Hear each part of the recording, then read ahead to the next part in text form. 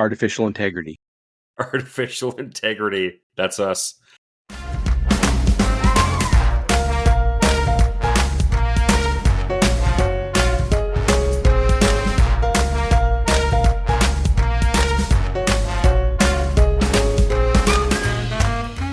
This is it, man. We're on. We're live. Houston, this is a go. This is a go. This is 2 now within a year. We might make a habit out of this. I don't know. Yeah, we could have a threefer. Is that a word yet? I use it all the time, but I don't think it's a word. Yeah. Well, we can make it a word. That's no big deal. I mean, I'm fine with a threefer. That might have come out wrong. I don't know.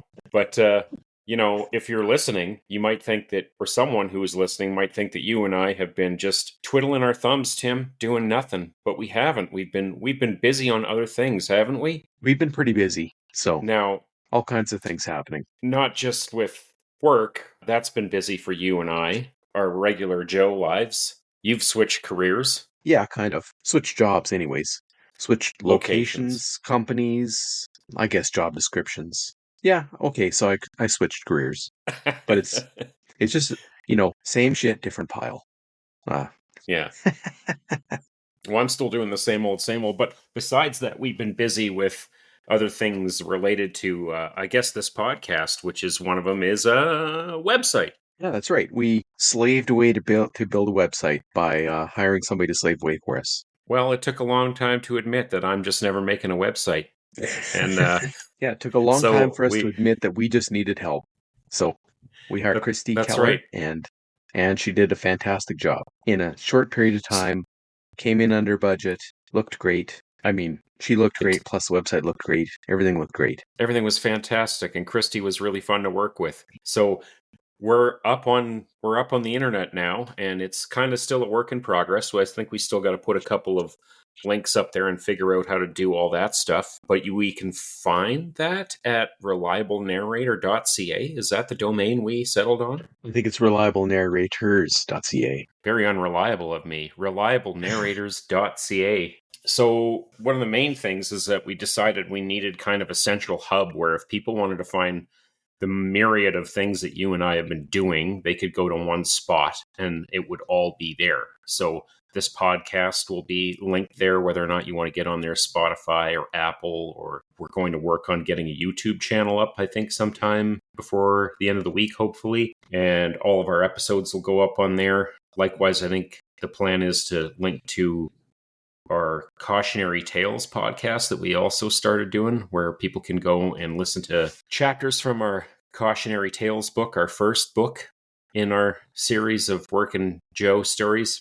And those are for free up on Spotify and Apple and all those things. And what am I missing here? Oh, we can find links to our works. You've got a book up there on there that's available for sale. So we have 2 books together, Toolbox Talk and Cautionary Tales. I was just trying to really hype the stuff that I wasn't involved in like a cool guy. I was trying to be a bro here. But we also have... But also those are up there.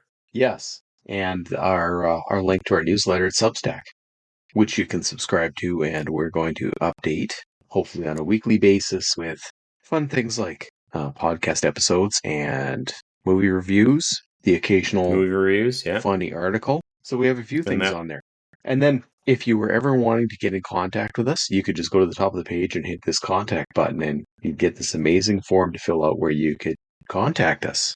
And we want to hear from you, especially after this episode. If you want to gripe about why we've been gone so long, if you really give a shit, we want to know. If you have an idea for a show, we want to know.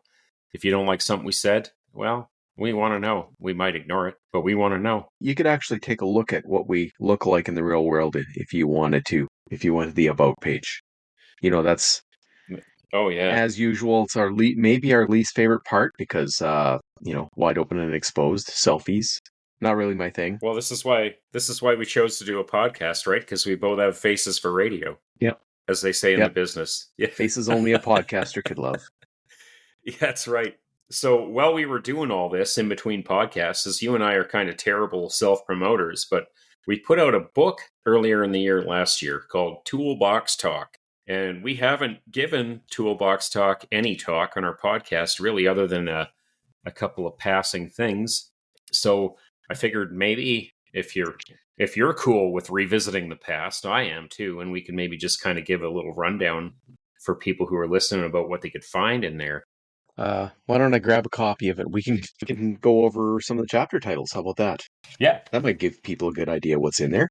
Oh, I just happen to have one handy on my desk too. What author doesn't have a few copies of their book handy on their desk? Well, best-selling ones, I imagine, because they fly off the shelves. But ours did initially, but we are left with a few extra copies. And one of the things I will mention is that I have a certain amount of signed copies, and you have a certain amount of signed copies where you and I have both signed these. And there aren't a whole lot of these kicking around. So if you did want to get a copy of the book using the contact form on our new webpage, reliablenarrators.ca would be a good place to go and look for where you could get a double signed copy. We would be more than happy to send one to you and sell it to you off of that contact sheet. I would anyway.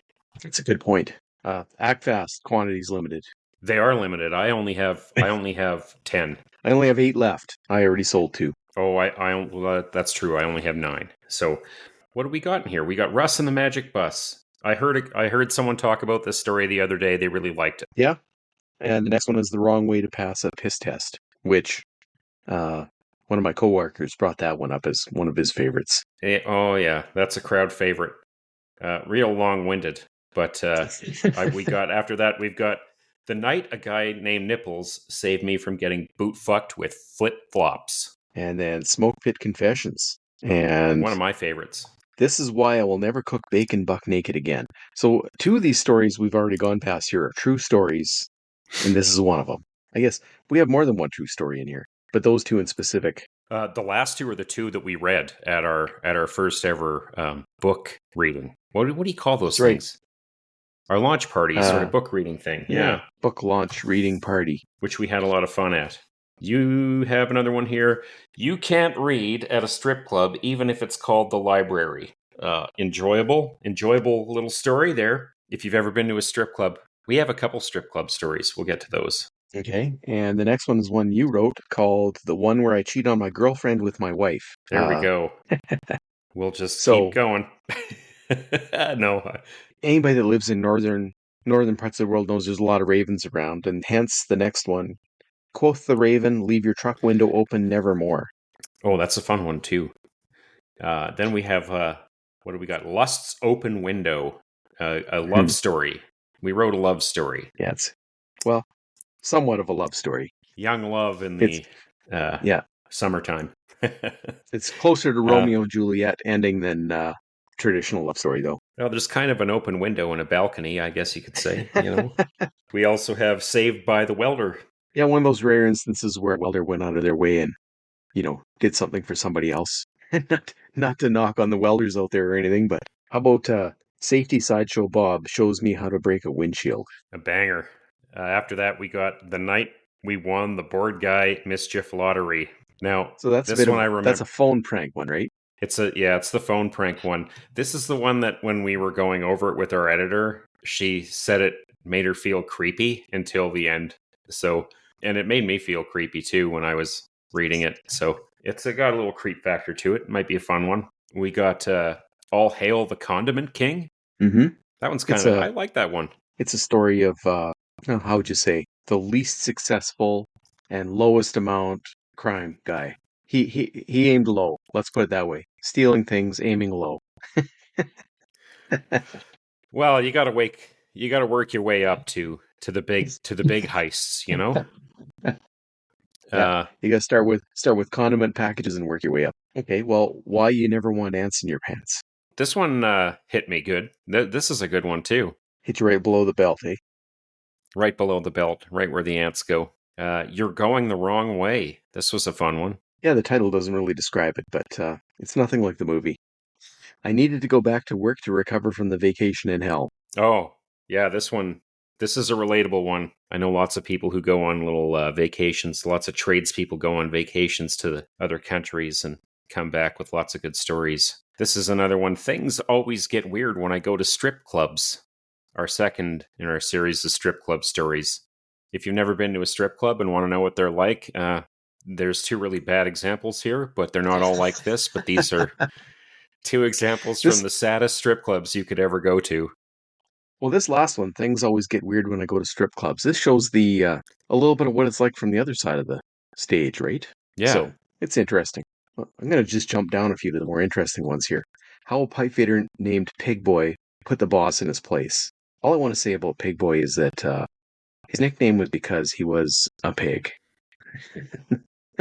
We all know a pig boy. I might have been a Yeah. pig boy. I might still be a pig boy. What else? The lumberjack effect. I have a soft spot for the lumberjack effect. It's it's not a true story, but it's just a little fun story right in the middle of everything. I really like that one. Yeah, and it refers to the fact that a burly guy with a beard and plaid have on people. It's never worked for me, but I can't do the beard. The No, plaid and burly, I could probably do. During COVID, I definitely would have fit burly, but I couldn't do the beard, man. I just don't have it going. I couldn't be a lumberjack. we better What's go that? straight to the liar, the dicks, and the shit show. You better give a few words about that one. Oh boy, the liar, the dicks, and the shit show.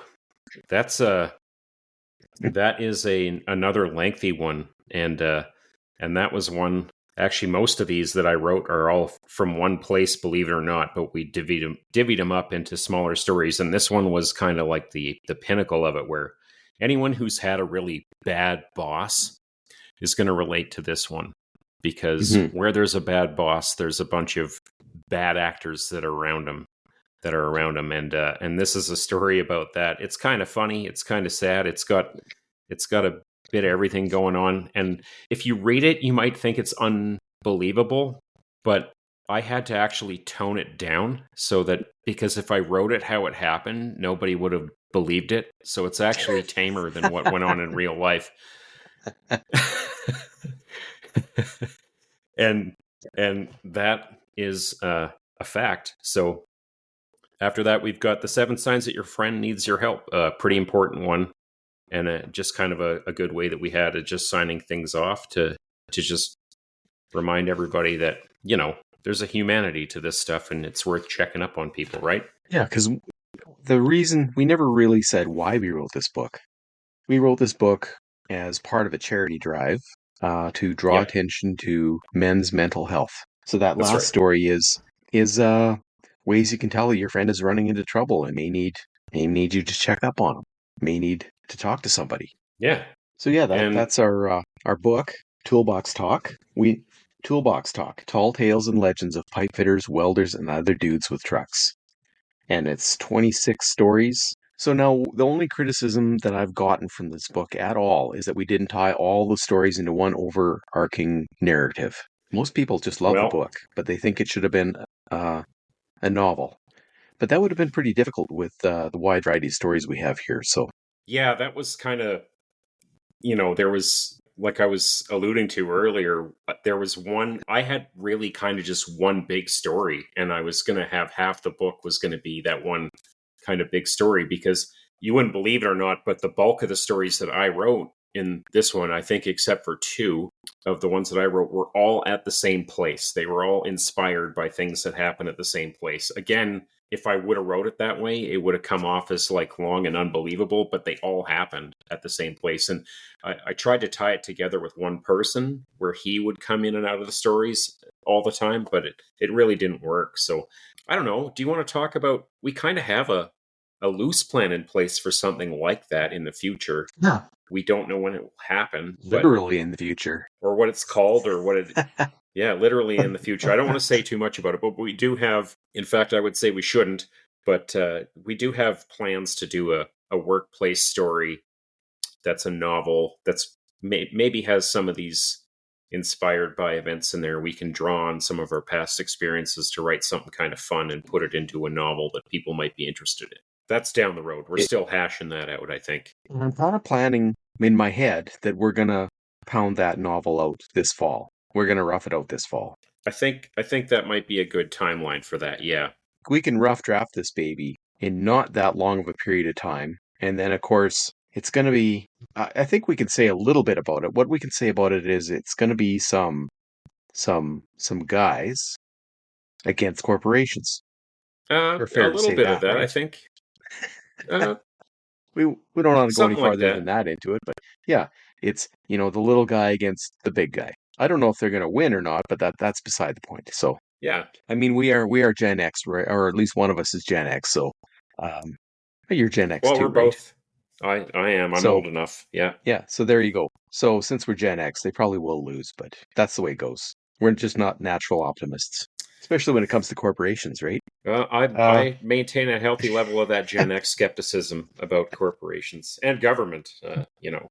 yeah, Both of those are synonymous yeah. in my mind. So, there will be a good heaping dose of, I think, both those things once we both put our minds in motion. So, yeah, it'll be fun. It's going to be a good exercise, and hopefully, before that even happens, I'll have my own novel up. I'm probably a third of the way through that right now, and that'll be a process to get it edited and turned into something that's not, brain stew, but it is happening very slowly, but not George R. Martin slow, but I want to play video games and watch movies slow. It is happening though, but we'll see how that goes. And that's, I guess, things that you're going to be able to see on our website, and we'll kind of continue to talk about them off and on. I think on the podcast here. What else have we got in the go? We've been fiddle farting with AI, Tim. Yeah, we've been playing with AI. Speaking of evil corporations and stuff.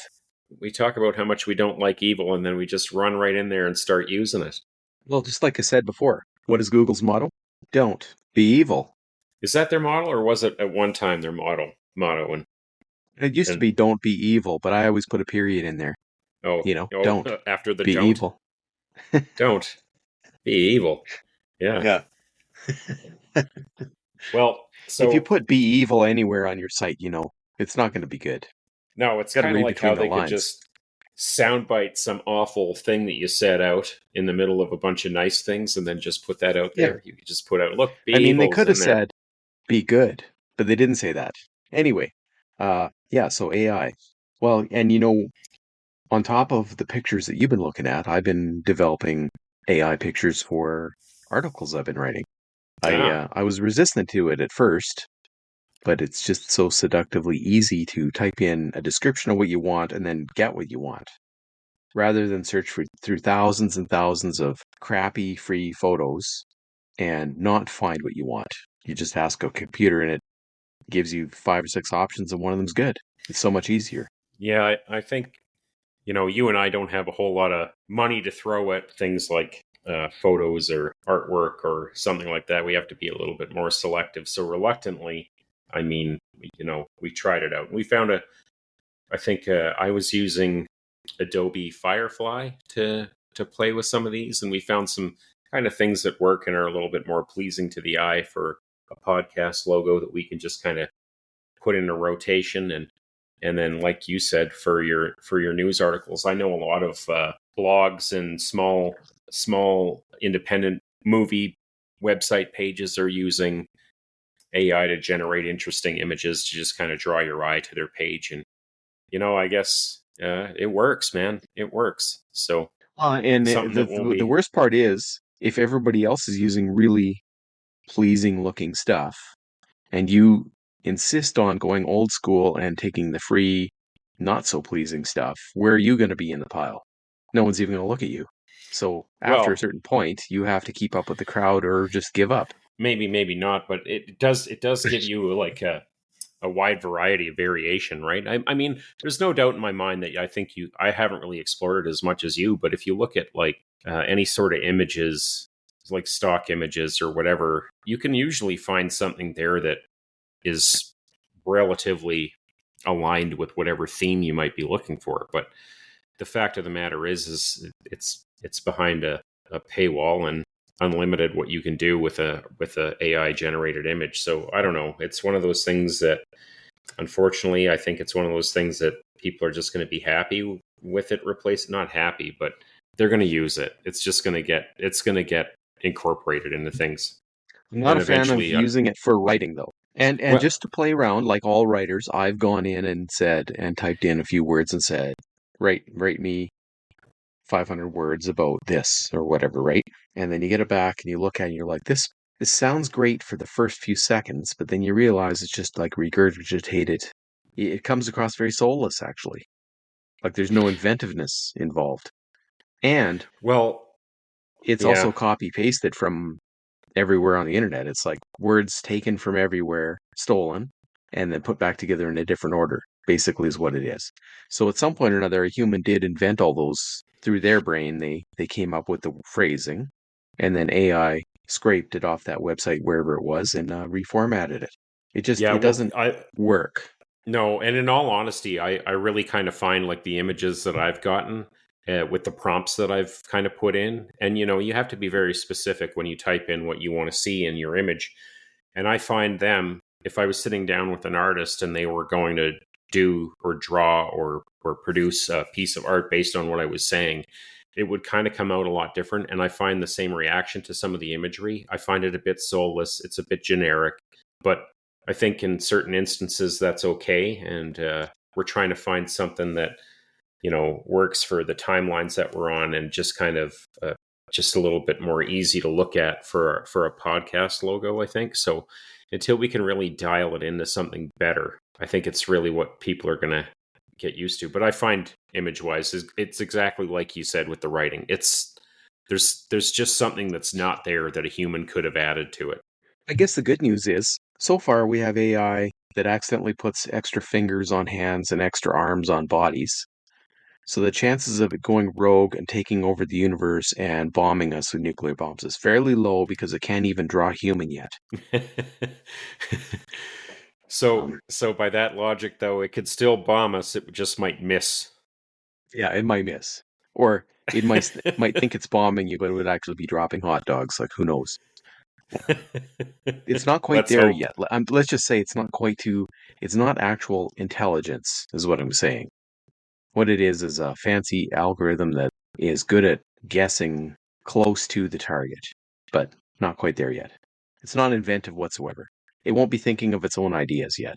Yeah, you're going to have to tell it. You're going to have to prompt the AI. You're going to have to type in, I would like to target this place. And then it would be like, oh, okay. And it would get it wrong. Or dependent on the spelling skills of the person who's typing the prompts in, you know? It bomb. Yeah, yeah, exactly. When you type in New York, it would get the state instead of the city Yeah. or whatever. So, Whatever.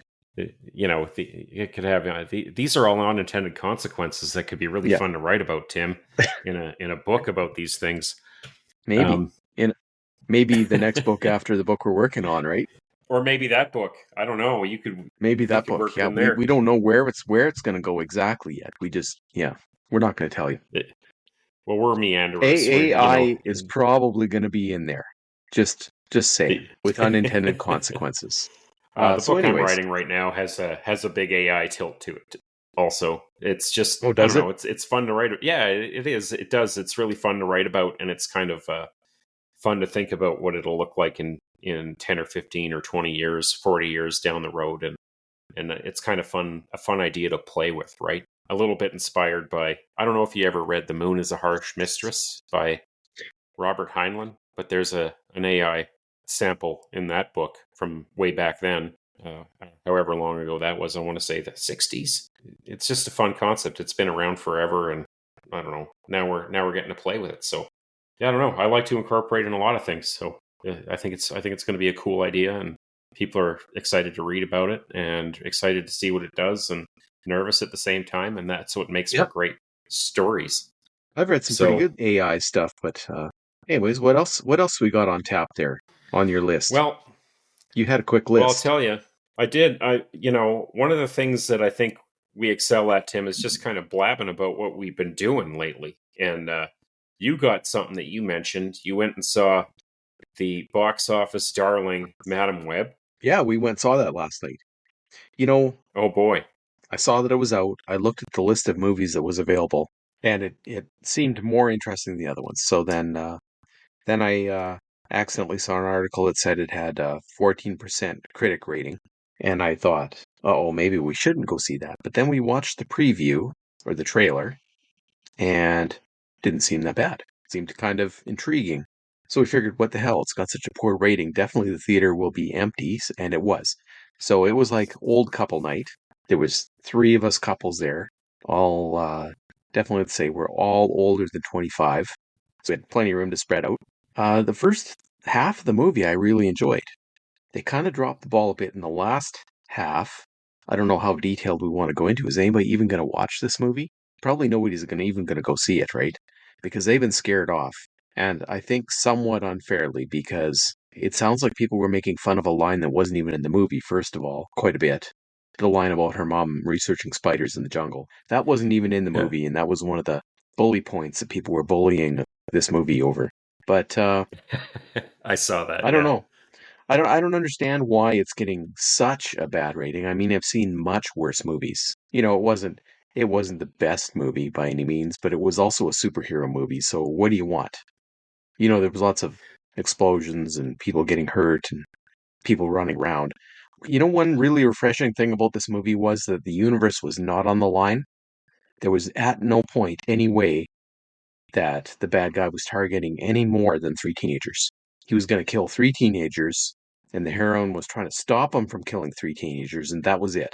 There was no way that the Earth was going to explode or the multiverse was going to blast into a million fragments or the sun wasn't going to explode. Nothing was going to happen except for three So people were going to die. So it's more that's like kind a of Terminator refreshing. situation.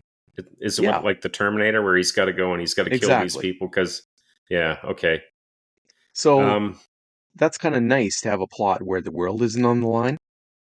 I'm really sick of that plot line. It has to happen all the time. It doesn't matter if it's a James Bond movie or a Marvel movie or what. All the time, if they don't figure it out, everybody dies, but nobody knows except for the people that are like struggling and it's down to the last few seconds and blah blah blah. That's so boring. it What can are your be. I mean, what like why do they always have to put the entire universe on the line? That's not the way well, reality works. I think the answer to that kind of lies in the reason that no one is going to see this movie in the first place. It would, and it's not the reason, it's one of the reasons, I think.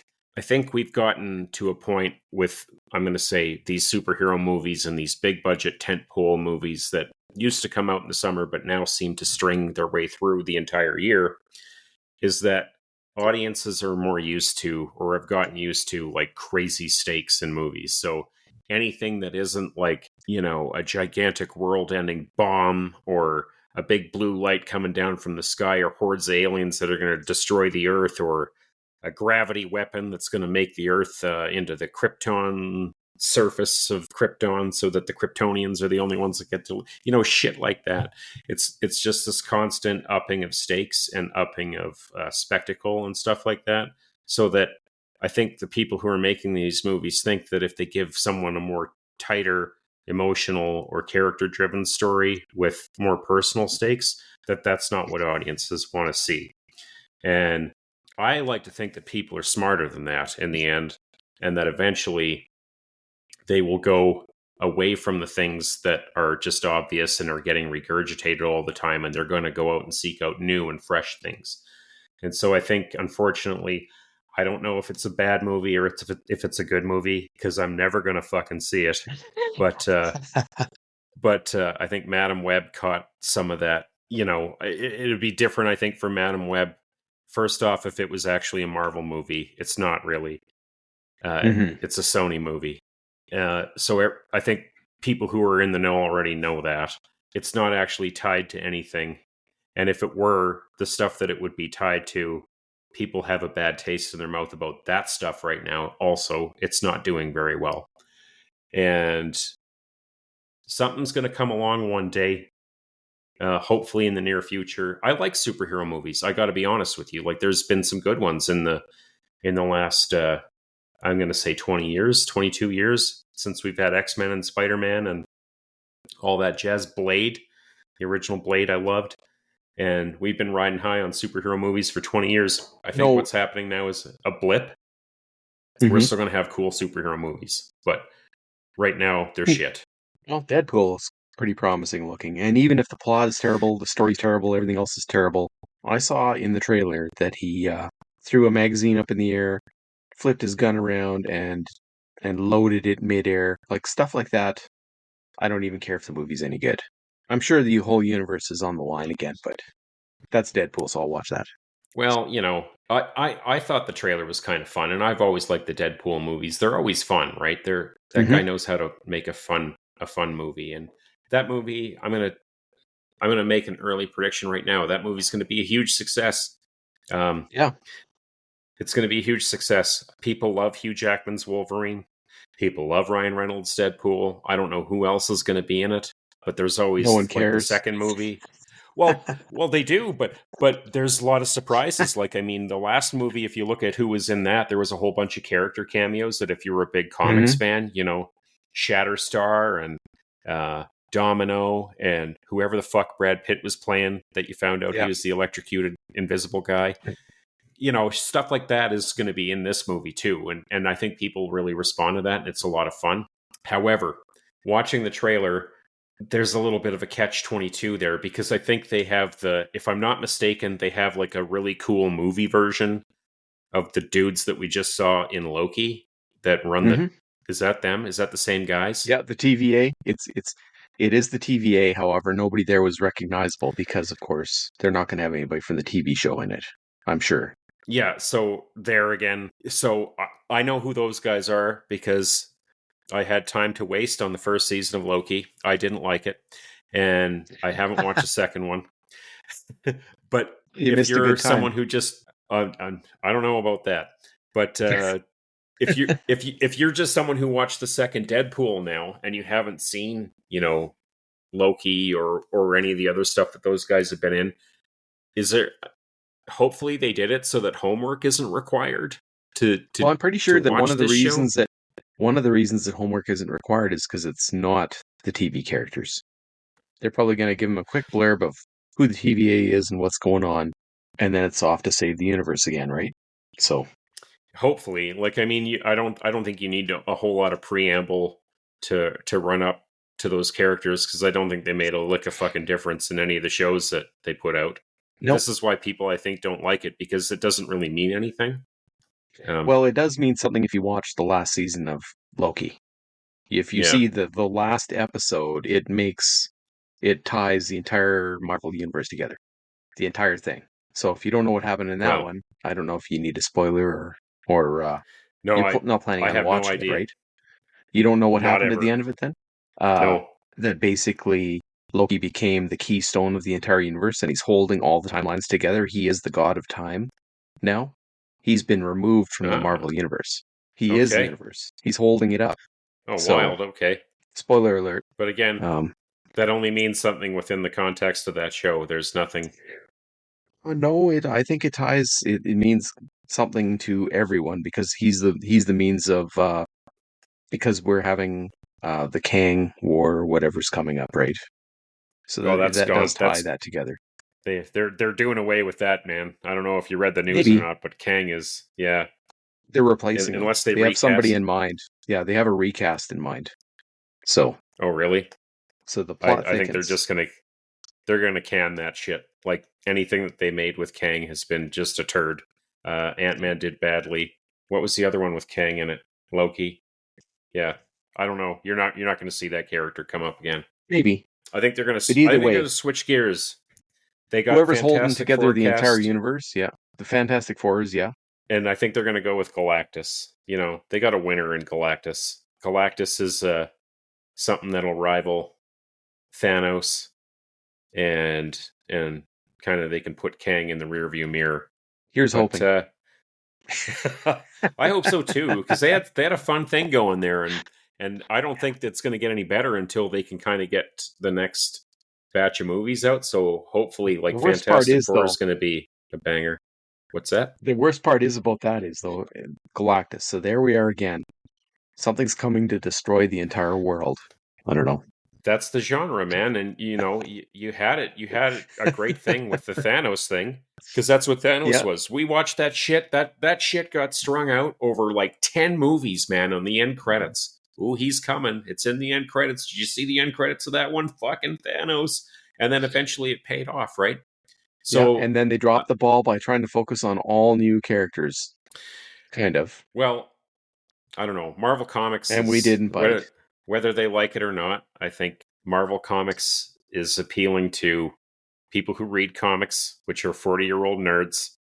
and after that they get their kids involved and they get their wives involved or spouses or whatever, and that's how they get people to the theaters. But I think all the established ones are the ones that are in people's consciousness. Like, I think shit like, what were some of the more recent ones here? Even like Namor is kind of a stretch, and he was in the latest Black Panther movie. But I think they already established their main people: Iron Man, Hulk, Captain America, Yep. Spider Man, Thor, all those characters. And to go outside of that, I don't think people are interested. And if I'm not mistaken, you could probably look up classic sales of the old comic books, and you'd probably see the same things echoed in how they sold. Mm-hmm. But neither here nor there. I don't know. I think. Do you want to hear? I'm going to make some predictions here, and maybe you can make a couple too. Is that Deadpool's going to be a hit? And then I don't think we're going to have a hit superhero movie until maybe Superman Legacy. I think Kraven the Hunter might be okay. Oh, dude, you're out of your mind. It might be a good movie, but I mean, it's not gonna... Sony might actually make a good movie someday. They do make good movies, but they don't make good superhero movies. What they're doing, I don't know if you know this, but there was a Fantastic Four movie that got made, I'm going to say in the early 90s, because a guy, Roger Corman, had bought the rights to the property, and under whatever deal he made, if he didn't make a movie with the Fantastic Four, he was going to lose the rights to the characters. So he got like $10 together, and he made a Fantastic Four movie. And you can go and search it on YouTube, Roger Corman's Fantastic Four. It was before the one with the Nip Tuck guy and Jessica Alba. It was before all that stuff by at least a decade. And it's hilarious. And it's actually, you know what, not fucking bad. But it is like they spent $10 on it. It's ridiculous. But it's just a scenario like that where they're just, Sony's hanging on to the Spider-Man property for dear life. And they're making whatever they can off it just to get something out. They're doing well with the Spider-Man cartoons. I haven't seen those, but I know they do really well with people. And people like them in the theater. There was even, I think one of them's up for some Oscars this year. So, and speaking of which, so I have not been watching any superhero stuff. I have started my annual tradition, and I'm hoping to get more people to do this so that we can have some conversations about these kind of movies. But every year, I wait for the list of Oscar nominations for Best Pictures to come in. And my wife and I go through all 10. There's 10 every year now. And we watch them all. And sometimes last year we saw almost half of them already before the list came out. But this year we only saw 2 before the list came out. So we're working our way through those. And there's some pretty good movies on the list this year. And the thing I like about this is it gets you watching things that wouldn't normally be in your wheelhouse. And it just kind of shakes up your perspective a bit. Even if some of the movies aren't that great. You're going to watch, there's usually a shit show every year. Like just one that you just aren't interested in. And I slog through it. But for the most part, they've all been fairly good movies. And this year, I'm halfway through. I've watched 5, and they're kind of fun. They're kind of good so far. So I'm really enjoying it. So what do you got there?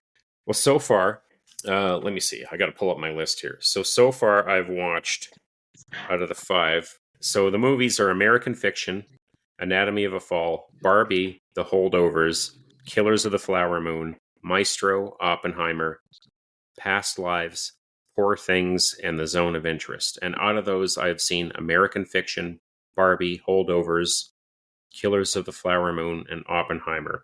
And the one I've enjoyed the least so far out of that list was probably Barbie. But the one I enjoyed most was American Fiction and Oppenheimer. I loved American Fiction. It's a great, funny, meaningful movie that just kind of switches up your perspective on stuff. And if you haven't seen it, I think it's pretty enjoyable. The Holdovers was also very funny, good movie, fun to watch. You just kind of want to spend time with the characters in that movie. It's a lot of, I don't know, it's just there's some good stuff in there. And of course, I don't know if you've seen Oppenheimer or Barbie. No, I haven't. I haven't seen a single one off that list. Holy schmo. Well, there's some gooders so far. I think the only one on here that I'm really not looking forward to watching so much is Maestro. And I don't know. It might not be my cup of tea. I might wind up really liking it, but yeah, that's the one I'm just like, oh, really? I got to watch that. And But what's that I'm one going about? to. It's about Leonard Bernstein, the composer, very famous composer, and just kind of like his life story. It's with Bradley Cooper and a whole host of other. I think there's Sarah Silverman's in there, and just about a music composer, Leonard Bernstein. He wrote West Side Story, the music for West Side Story. Oh yeah. A legendary dude, yeah. There's usually every year there's a movie that's just like Hollywood blowing smoke up its own ass. They always have one of those. And I think that's the one, and it's always the one I enjoy the least. And this year I think it's that one. So I'm already dreading it. I think the previous years there was one called Licorice Pizza that was like that, and then the year before Oh that yeah. was another one called Mank, and both of those were just I'd rather crawl through broken glass than watch those movies again. But So when is the Oscars again? How much more time is there for you to finish your? I think they're in mid-March, but here's the kicker, Tim, is I don't give a shit about watching the Oscars. I'm not going to watch that shit. I just want to see the movies. That's it. So, No, okay. Usually the next day I wait and then I look on the news to see what won, and then I go, huh. But it doesn't really mean a whole lot to me because it's just an exercise for me to do to get some different movies that I wouldn't normally see just into my eyeballs. I had to take a brief break from that last night, and I watched a double feature because my wife has been out of town, and I don't want to commit what you'd call, I guess, teleadultery by watching some of these movies without her. Oh So yeah. I had to pick two movies that weren't on the list that she would have no interest in. So I picked another movie called The Iron Claw with Zac Efron, and it was absolutely awesome.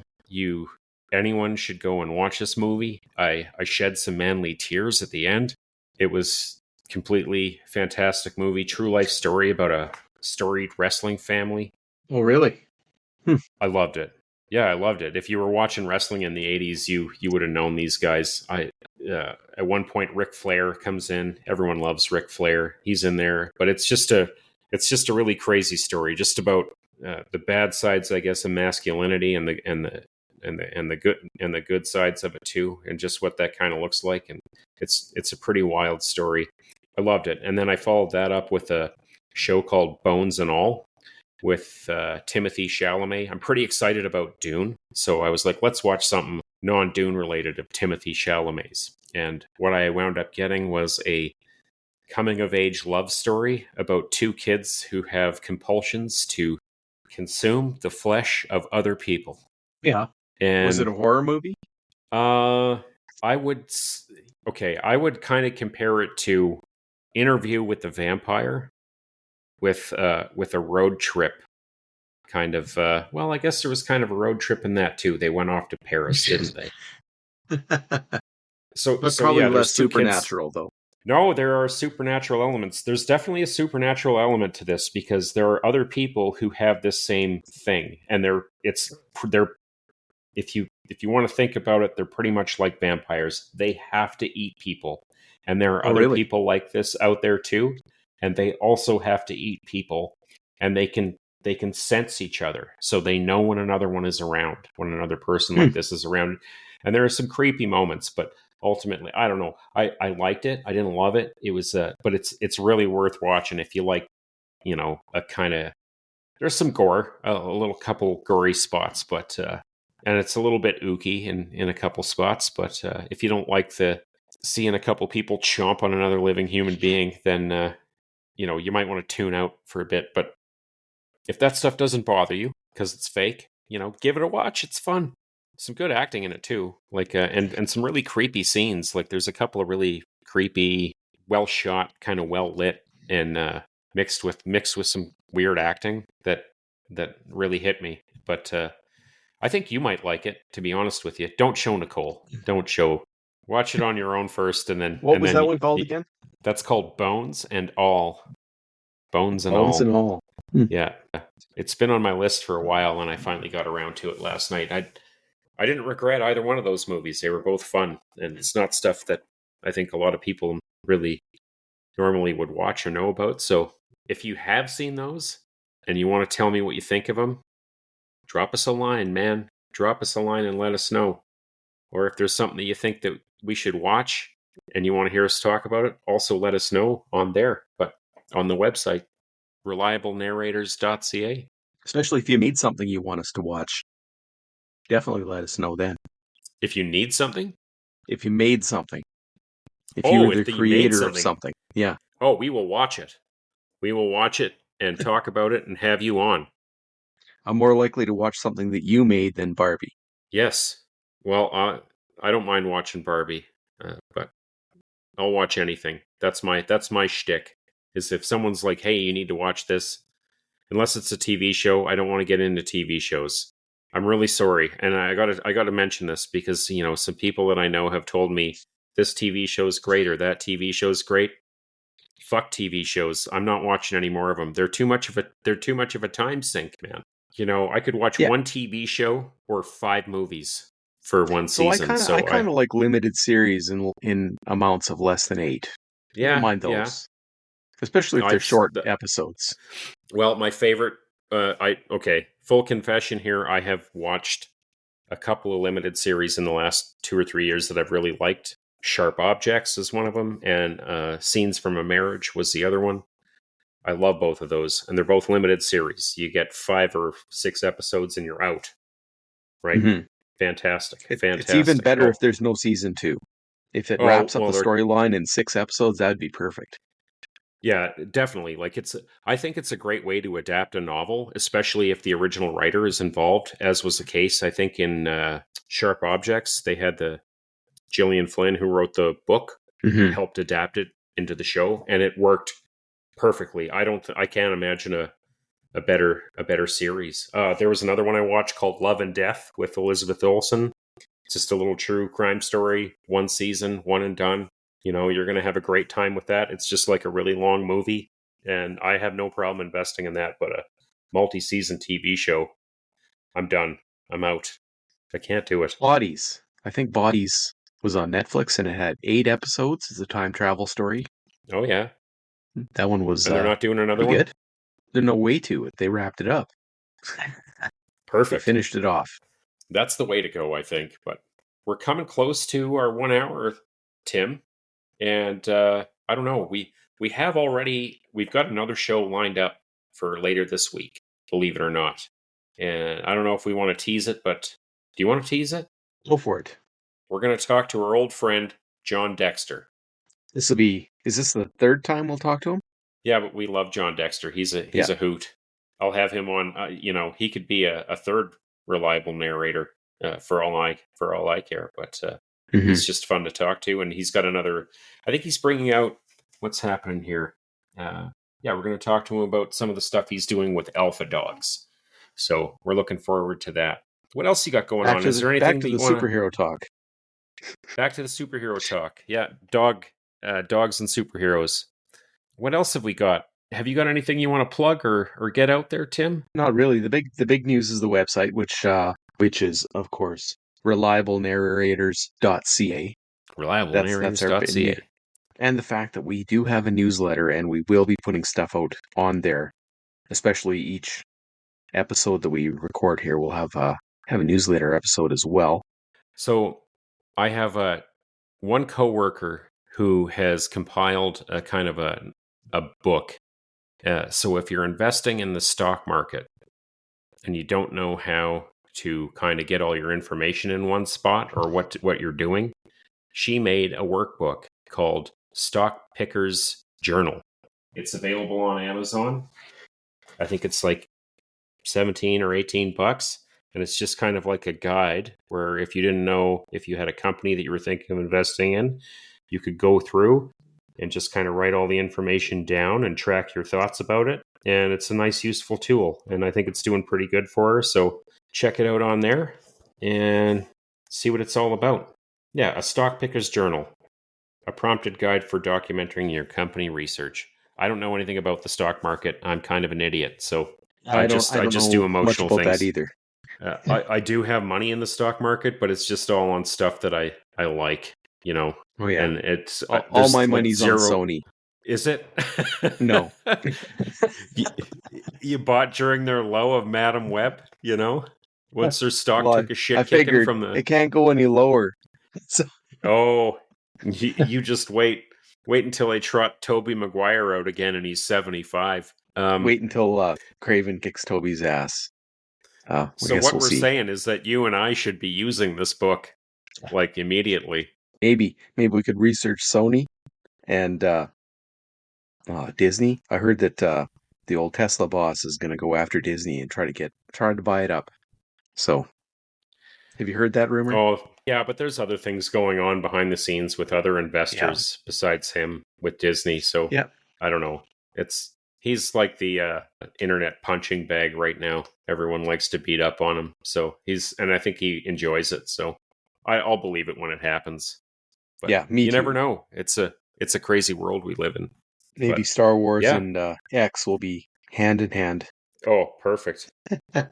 So you know what I'm going to do is I'm going to put Disney and Sony into this book, and I'm going to try them out and see how it goes, and maybe See what happens. We'll talk about maybe that. put Tesla in there too.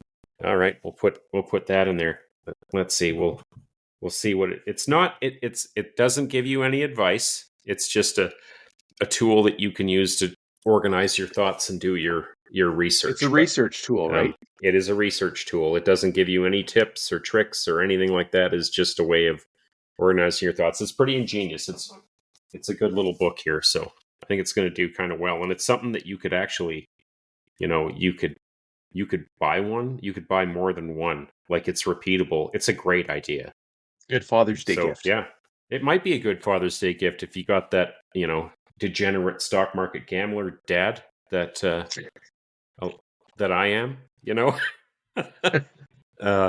then they might like this book. Maybe they lost all of your college money on the stock market because they don't know what they're doing. Like I did with my kids. This book, right? Because they didn't have this book. That's right. Maybe you can get them this book, and it won't make them make any money, but it sure as shit will let them know that they're doing it all wrong once they get through it. Once they start recording their actual decisions. Yeah, which is probably what I'm going to find out, because I've got a copy sitting right here, and I'm going to go through some of my stuff and see if it's a good idea or not, and just see by the time I get through this workbook with these guys if it's going to give me an idea of how big of a schmuck am I, But yes, the Stock Pickers Journal. I just want to give that a little plug. It's kind of nice to see other people making things and writing books and putting their ideas out there into the world. I really like that, so I'm going to give it a plug. We need more small creators making more things rather than consuming.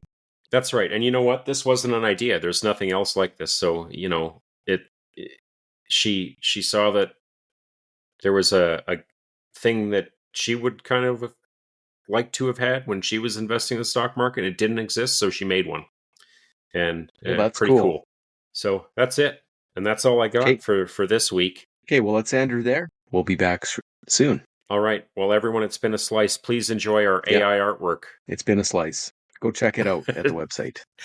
We'll talk to you later. Artificial integrity. Artificial integrity. That's us. All right, Tim. Until next time. Okay, bye.